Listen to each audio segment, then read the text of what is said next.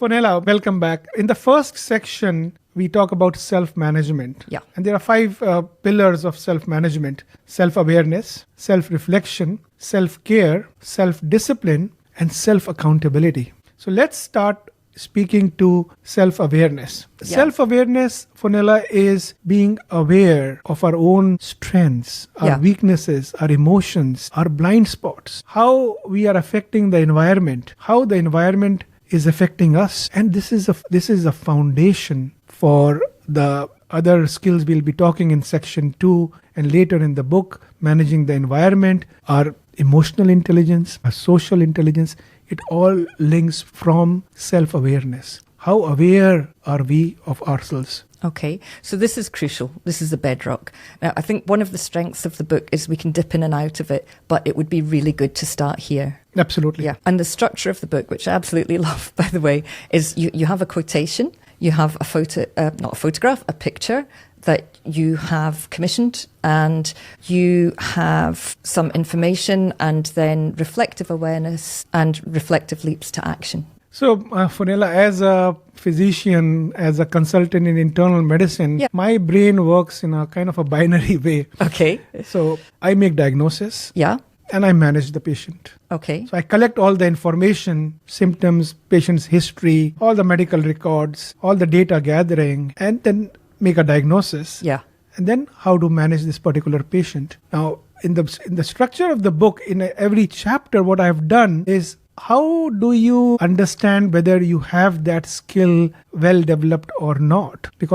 And that is awareness. That comes with awareness. Yeah. So every chapter has a section of reflective awareness. Mm-hmm. And then the management plan is the leap to action. Because unless and until you take action and execution, you're not going to go far. So that is a very, very important part. Because in today's world, the information is so rampant. Absolutely. But does that mean that people are transformed? Sometimes it means people are just overwhelmed, doesn't it? Overwhelmed. Yeah. Because there is no execution. Yeah. Yeah. And we all think we know what's meant by self-awareness, self-reflection, but actually sitting down and understanding, well, how does that impact my life? How do I engage with that? How do I go beyond just thinking I know what that might be? And it seems as though there are some powerful steps here that you can take. Yes. Yeah. Again, as I mentioned earlier, Fonella, that it is a framework. Yeah. I remember a quotation by Einstein who mentioned that if you start judging the ability of a fish by how the fish climbs the tree, you know where I'm going. Yeah. Yeah. Absolutely. In the context of human beings, we should know our strengths. If we play to our strengths, we can be as successful as we can go. If we put ourselves in a situation where we are continuously forced or continuously we are put in a situation that we are not playing to our strengths, then that will result in energy drainers, energy getting more and more, let us say, going on a downward spiral. Yeah. I'm thinking of a mechanical analogy as well. You know, the wrong part going to an engine or a mechanism. Yes. That part, it might work a little bit, but it will get worn down. And eventually the whole engine's going to go. It's not going to work. Absolutely. Yeah. Yeah. So awareness of our strengths, weaknesses, what emotions we are feeling on a day-to-day basis, hour-to-hour basis, minute-to-minute basis. Yeah. And it sounds, given the model you were explaining to me earlier, obviously from your background as a doctor, it's not like you're going to go in and diagnose people with their life, but you're giving them this framework. Yes. And you're letting them be their own kind of self-physician. Not in terms of they're going to prescribe for themselves, but in a way they are going to prescribe for themselves, because they're going to look at what is it I need to engage with? What do I need to stop and do? How can I look at myself? How can I introspect? How can I plan? How can I connect to who I am on a daily basis? This is what the book's going to facilitate. Yes. And that's really going to help people build that resilience. They know and understand themselves.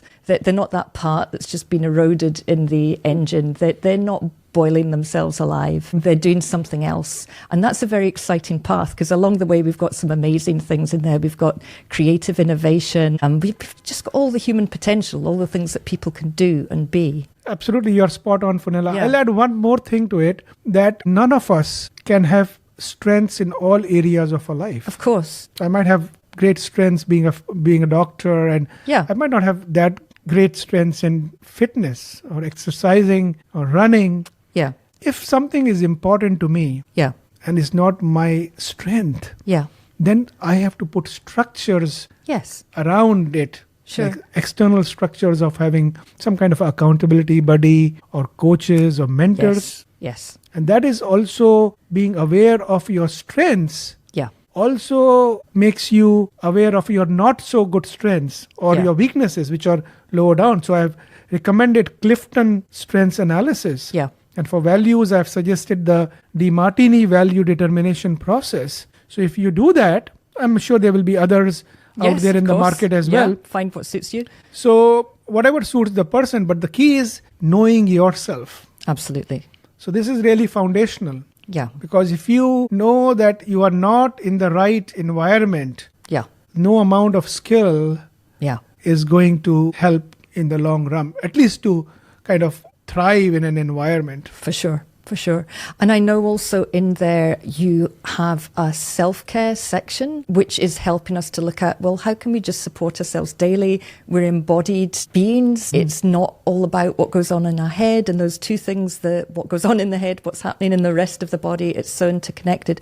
Can you tell me a little bit about the self? We'll come back to the self-care Okay. when we discuss in the self-care section. And you are also right in saying that all these things are quite interwoven. We'll talk about self-reflection. Yeah. That self-reflection is being aware of self-awareness, being aware. Yes, that's and a good way to here put it is very important to also know what our limitations are. Yeah. And what is the role of having external support or a coach or Absolutely. a mentor Yeah.